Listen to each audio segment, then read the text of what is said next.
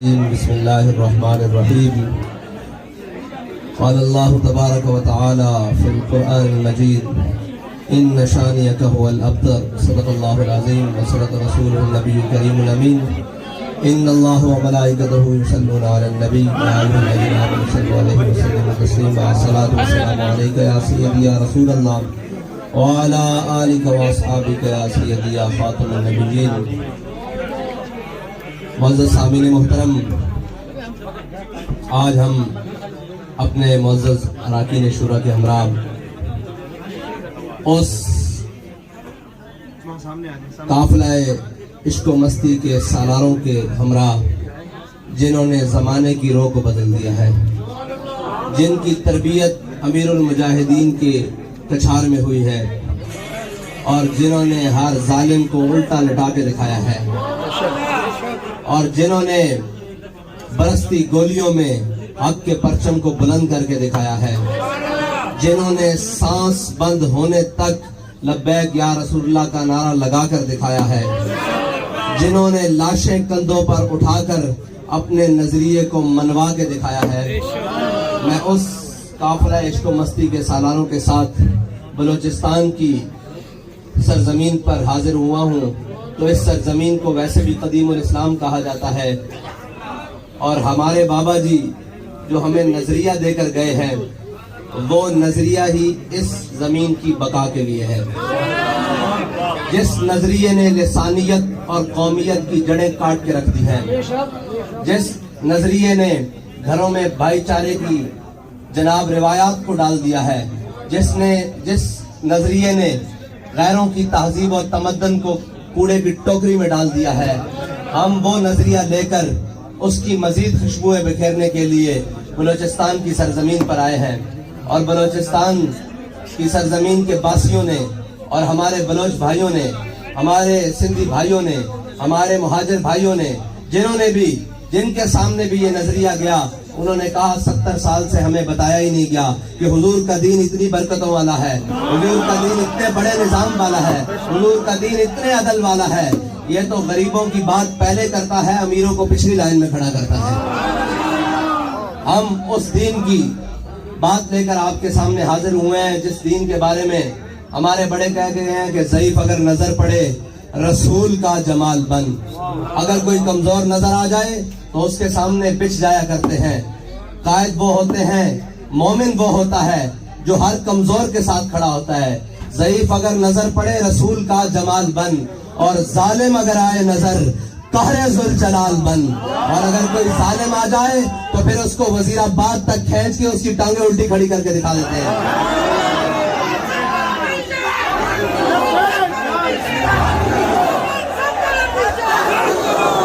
اور اس ظالم کو اگر امر بالمعروف تمام ظلم کرنے کے بعد یاد آ جائے تو پھر کراچی کے شہر میں اس کو بتایا جاتا ہے کہ امر بالمعروف ہوتا کیا ہے، امر بالمعروف ہوتا کیا اور کہتے کس کو ہے، اور نہی عن المنکر ہوتا کیا ہے. میں کہتا ہوں ضمیر خرید کے نہی عن المنکر اور اپنے بندوں کو ساتھ ملا کر یا دوسروں کے ضمیر کے پیسے لگا کر امر بالمعروف نہیں ہوتا. بیٹا، امر بالمعروف بنانے کے لیے پہلے میدان لگانا پڑتا ہے، پہلے اپنی صفوں سے گند صاف کرنا پڑتا ہے، پہلے اکیلے میدان میں کھڑا ہونا پڑتا ہے. سارے تیر اور شیلنگ میدان میں کھڑے ہو کر اپنے سینوں پر لینے پڑتے ہیں. ہر قسم کی مخالفت مول لے کر جب کھڑا ہوتا ہے انسان تو پھر آتا ہے افلاک سے نالوں کا جواب آتا ہے، پھر اللہ تعالیٰ مدد بھیجتا ہے. جب میدان بدر لگ جائے تو پھر اللہ تعالیٰ فرماتا ہے 2000 فرشتے آ گئے، یہ 4000 آ گئے، یہ 6000 آ گئے، اور آخر میں فرماتا ہے انی معکم. لیکن فراڈ سے نہیں، دھوکوں سے نہیں. اور عاشق رسول بابا جی کہتے تھے اٹ پٹو عاشق رسول بچو، عاشق رسول بننے واسطے نا پہلے حضور دی ناموس تے پیرا دینا پیندا، پہلے چومکھی لڑائی لڑنی پیندی. یعنی پہلے چاروں طرف سے تیر اپنے سینے پہ برداشت کرنے پڑتے ہیں، پہلے اپنے اور بیگانوں کی تانا زنی برداشت کرنی پڑتی ہے. محلات میں بیٹھ کر اور ناموس رسالت کے پروانوں پر گولیاں چلا کر اور شر چلا کر عمل بالمعروف نہیں ہوتا. امر بالمعروف کرنا ہے تو ان فقیروں سے آ کے سیکھو کہ عمل بالمعروف کسے کہتے ہیں.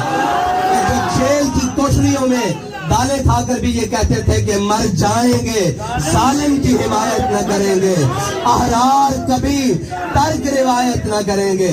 جو مرضی ہو جائے، جیسے مرضی حالات آ جائیں، جتنا مرضی ظلم بڑھ جائے، کندھوں پر لاشیں ہوں یا کندھوں کے اوپر پھولوں کے ہار ہوں، ہر حال میں یہ کہتے ہیں کہ انہیں جانا، انہیں مانا، انہیں جانا، انہیں مانا، نہ رکھا غیر سے کام، للہ الحمد میں دنیا سے مسلمان گیا۔ اور ہم جن کے وارث ہیں وہ اگر کسی میدان عمل میں سے جان بوجھ کر پیچھے نہ رہے بلکہ کسی وجہ سے پیچھے رہ جائیں تو حضرت انس بن نضر میدان بدر سے پیچھے رہ گئے۔ ان کو اس بات کا افسوس تھا کہ یا اللہ میں تیرے حبیب کے ساتھ اس لشکر میں شامل نہ ہو سکا جس لشکر نے، جس کے بارے میں اللہ تعالیٰ نے فرمایا وَلَقَدْ نَصَرَكُمُ اللَّهُ بِبَدْرٍ وَأَنْتُمْ أَذِلَّةٌ۔ اللہ تعالیٰ فرماتا ہے اس دن ہم نے اللہ نے مدد کی ان لوگوں کی جو پرسان حال تھے، جو قسمہ پرسی کی حالت میں تھے، اس لشکر میں شامل نہ ہو سکے جن کو اللہ تعالیٰ نے جنت کی بشارت دی اور جن سے افضل کوئی نہیں ہے، اور اس لشکر میں شامل نہ ہو سکے۔ حضرت انس بن نضر جب رہ گئے نا میدان بدر سے تو پھر اللہ تعالیٰ سے ایک بات کی کہ یا اللہ اب تو بھی دیکھے گا کہ میں تیری راہ میں کیسے لڑتا ہوں۔ جو امیر المجاہدین کے ہوتے ہوئے میدان عمل میں نہ رہے یا پیچھے رہے، یقین جانیے انہوں نے بعد میں جانے کے بعد یہ کہا کہ امیر المجاہدین ہم آپ سے وعدہ کرتے ہیں اب آپ بھی ہمارے لیے قبر انور سے دعا کریں گے کہ ہم حضور کی ناموس پر پہرا دیتے کیسے ہیں۔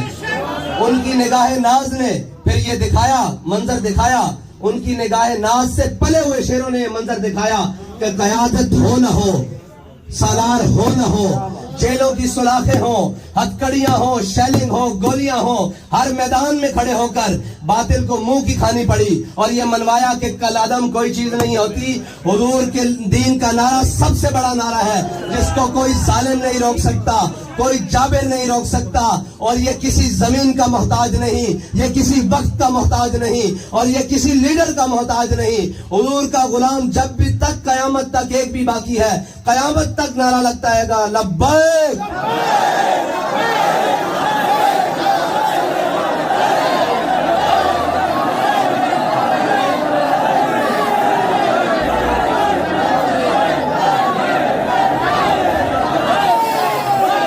اور امیر المجاہدین کی تربت پر لاکھوں رحمتیں ہوں، کروڑوں رحمتیں ہوں، اربوں رحمتیں ہوں کہ جنہوں نے کسی میدان میں ہمیں بے آسرا نہیں چھوڑا۔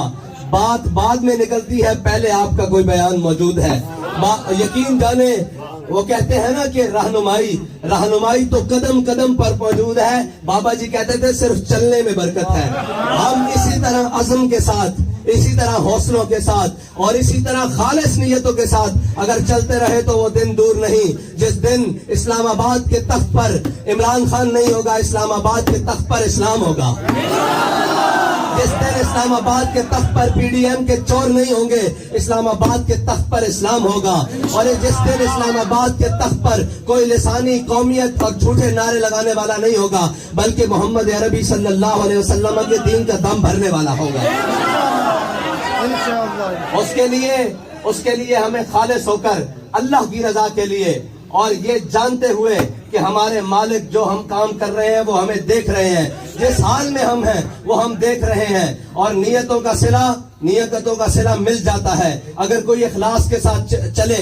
بابا جی فرماتے تھے جلیو اور دیوانوں بات سنو کہ حضرت عقیل بن انصاری جو غزوہ تبوک کے موقع پر 1 کلو کھجور لے کر آئے تھے، حضرت ابوبکر اپنا سارا مال لے کر آئے، حضرت عمر آدھا مال لے کر آئے، حضرت عثمان غنی نے سونے اور چاندی کے ڈھیر دیے، سینکڑوں گھوڑے دیے، اونٹ دیے۔ جب حضرت عقیل انصاری خلوص کے ساتھ 2 کلو کھجور لے کر آئے، 1 کلو اپنے گھر والوں کو دی اور 1 کلو اپنے آقا و مولا صلی اللہ علیہ وسلم کی بارگاہ میں پیش کر دی۔ میرے آقا نے پوچھا عقیل یہ کیا ہے؟ انہوں نے کہا یا رسول اللہ ساری رات یہودی کا کنواں گڑا ہے اور اس سے یہ معاہدہ کیا کہ مجھے صبح 2 کلو کھجور دے گا، 1 کلو گھر والوں کو دے آیا ہوں اور 1 کلو میں آپ کی بارگاہ میں پیش کر دی ہے۔ تو لیڈر جس کو کہتے ہیں نا قائد، وہاں تو ساری چیزیں ہی ختم ہے نا، وہ تو بالکل کوئی تصور ہی نہ ابھرا تیری تصویر کے بعد، اور ذہن خالی ہی رہا کاسہ سائل کی طرح، اور وہاں تو کوئی مشابہت ہی نہیں۔ لیکن دیکھیں اپنے غلام کو مرتبہ کیا دیا. حضور سید عالم صلی اللہ علیہ وسلم نے حضرت صدیق اکبر کے سارے مال کے اوپر حضرت عقیل انصاری کی ایک کھجور رکھ دی. حضرت عمر کے آدھے مال کے اوپر حضرت عقیل انصاری کی ایک کھجور رکھ دی. حضرت عثمان غنی کے سونے چاندی کے ڈھیروں پر ایک کھجور رکھ کے بتائی کہ میرے غلام قیامت تک کوئی کتنا بھی غریب ہو، جب وہ اپنا اخلاص لے کر آئے گا، اپنی جان لے کر آئے گا، اپنا مال لے کر آئے گا میرے دین کے لیے اور میرے دین کی سربلندی کے لیے، میری ناموس کے لیے، میری ختم نبوت کے لیے، تو ہم اس کو صلہ یہی دیں گے کہ سب سے بلند رکھیں گے.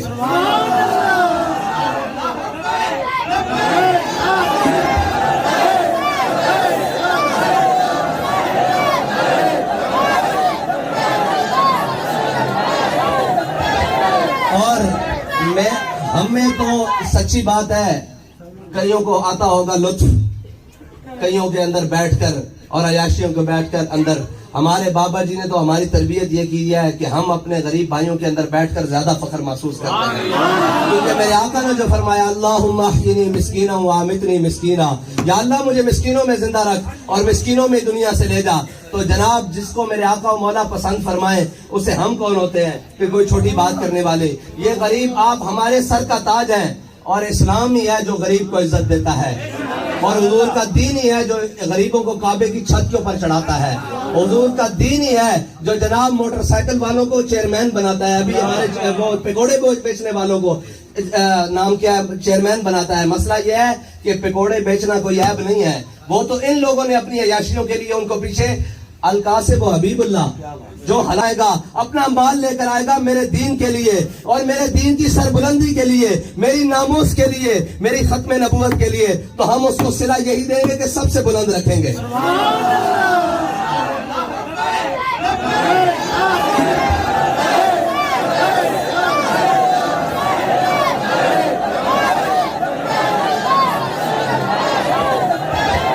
اور ہم میں تو سچی بات ہے، کئیوں کو آتا ہوگا لطف کئیوں کے اندر بیٹھ کر اور عیاشیوں کو بیٹھ کر اندر. ہمارے بابا جی نے تو ہماری تربیت یہ کی ہے کہ ہم اپنے غریب بھائیوں کے اندر بیٹھ کر زیادہ فخر محسوس کرتے ہیں، کیونکہ میرے آقا نے جو فرمایا اللہم احیینی مسکینا وامتنی مسکینا، یا اللہ مجھے مسکینوں میں زندہ رکھ اور مسکینوں میں دنیا سے لے جا. تو جناب جس کو میرے آقا و مولا پسند فرمائے اسے ہم کون ہوتے ہیں کہ کوئی چھوٹی بات کرنے والے. یہ غریب آپ ہمارے سر کا تاج ہیں، اور اسلام ہی ہے جو غریب کو عزت دیتا ہے، اور حضور کا دین ہی ہے جو غریبوں کو کعبے کی چھت کے اوپر چڑھاتا ہے. حضور کا دین ہی ہے جو جناب موٹر سائیکل والوں کو چیئرمین بناتا ہے. ابھی ہمارے وہ پکوڑے بیچنے والوں کو نام کیا ہے چیئرمین بناتا ہے. مسئلہ یہ ہے کہ پکوڑے بیچنا کوئی عیب نہیں ہے، وہ تو ان لوگوں نے اپنی عیاشیوں کے لیے ان کو پیچھے القاسب و حبیب اللہ جو حلال کمانے والا ہے وہ تو اللہ کا دوست ہے. لیکن ہمارے ہاں الٹ ہو گیا، جو جتنا بڑا چور اتنا بڑا معزز، جو جتنا بڑا ڈاکو وہ اتنا بڑا ملک کا سربراہ، جو جتنا بڑا بددیانت وہ اتنا بڑا جناب عہدیدار، جو جتنا بڑا جھوٹا اور بدہر وہ ملک کا وزیر اعظم. لیکن انشاءاللہ ان کے بسترے نہیں، ان کا سب کچھ گول کرنے کا وقت آ چکا ہے. اس کے لیے آپ کا بیدار ہونا ضروری ہے اور دن رات اس مشن کے لیے کام کرنا ضروری ہے. خوف ہے وہ پورے بیٹھے ہیں، ڈر ان کو کسی کا نہیں ہے. ان کو پتا ہے کہ آج 11 کھلاڑیوں کی ایک جماعت ہے، کل جو وزیر اعظم کی کرسی سے اتر کر جائے گا وہ 12واں بھی شامل ہو جائے گا. سارے چور ایک وقت آئے گا آپ کو یہ سارے اکٹھے ملیں گے. اگر کوئی ان سے جدا اپنے نظریے کے اوپر کھڑا ملے گا تو وہ تحریک لبیک یا رسول اللہ کے قائد سے لے کر کارکن تک ہوگا.